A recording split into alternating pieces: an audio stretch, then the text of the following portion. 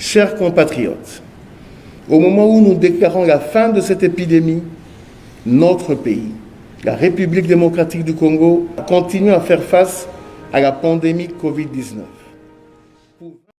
Le secteur de la santé occupe une place prépondérante dans le cadre de la coopération bilatérale entre la RDC et la France. C'est ce qui a justifié l'échange ce lundi 3 mai 2021 entre l'ambassadeur français en RDC, François Jupolas, et le ministre de la Santé publique, Hygiène et Prévention, Dr Jean-Jacques Mbongani. Plusieurs questions ont fait l'objet des discussions entre les deux hommes. Pour François Jupolas, il était question de présenter la feuille de route qui a été adoptée à l'occasion de la visite du président Félix Tshisekedi en France. Tout d'abord, je suis très heureux d'avoir pu rencontrer le nouveau ministre chargé de la santé publique, la vice-ministre et puis ses principaux collaborateurs. J'ai félicité bien sûr le ministre pour sa nomination. Je lui ai dit que la France, qui a, vous le savez, renforcé son partenariat depuis 2 ans avec la République démocratique du Congo, considérait que la santé était effectivement une des toutes premières priorités de ce partenariat.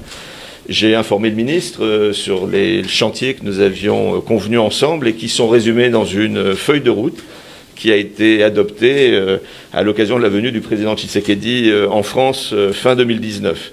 Il s'agit, et cela correspond aux priorités du nouveau gouvernement ici à Kinshasa et les priorités du ministre, d'une part de mieux lutter contre les épidémies.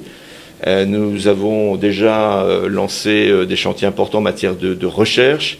Nous allons prolonger par une implication de la France dans un dispositif de surveillance épidémique. Et puis, nous avons surtout, et je l'ai évoqué avec le ministre, lancé un certain nombre de projets importants pour renforcer les systèmes de santé, que ce soit à Kinshasa ou notamment dans l'est du pays.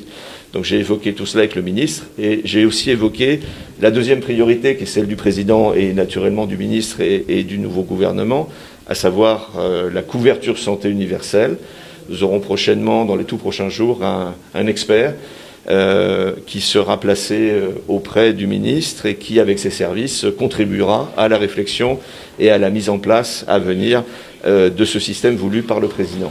L'ambassadeur français a par ailleurs annoncé l'arrivée à Kinshasa dans le tout prochain jour d'un expert qui va participer efficacement dans la mise en place du système de santé universel tel que voulu par les chefs de l'État. Je crois que la France, avec d'autres partenaires proches de la RDC, a répondu présent à plus d'un titre pour accompagner la RDC et lui permettre de mieux faire face à cette épidémie qui, vous le savez, est mondiale. Elle a aussi touché mon pays, la France, l'Europe et d'autres continents. Et dans le besoin, dans la difficulté, nous avons quand même réussi à débloquer de l'aide à la fois matérielle dans le cadre français et européen. Il y avait eu, vous en souvenez peut-être, un pont aérien mis en place avec certains pays africains et notamment ici la RDC. En juin dernier, notre ministre Le Drian l'avait accompagné. Il y a eu des efforts financiers pour renforcer notamment la prévention, le contrôle des infections, où il y avait beaucoup à faire et où la France directement, à travers des aides aux ONG ou aux établissements hospitaliers, notamment ici à Kinshasa, mais aussi dans l'est du pays, a développé un certain nombre de programmes. Et puis, nous avons aussi, en matière de recherche, essayé de mieux connaître, d'une part, la prévalence du virus. Vous parlez donc de la Covid-19 à travers différentes études dans le pays. C'est important pour notamment mieux piloter la campagne de vaccination. Et nous avons parallèlement également décidé, avec d'autres partenaires, d'aider la RDC à renforcer la connaissance et le suivi des populations à risque, dites facteurs de comorbidité, en matière de diabète et d'hypertension en particulier, puisque ce sont des populations à risque, il faut donc mieux surveiller. Et là aussi, nous avons prêté main forte, si je puis dire, au programme existant ici en RDC.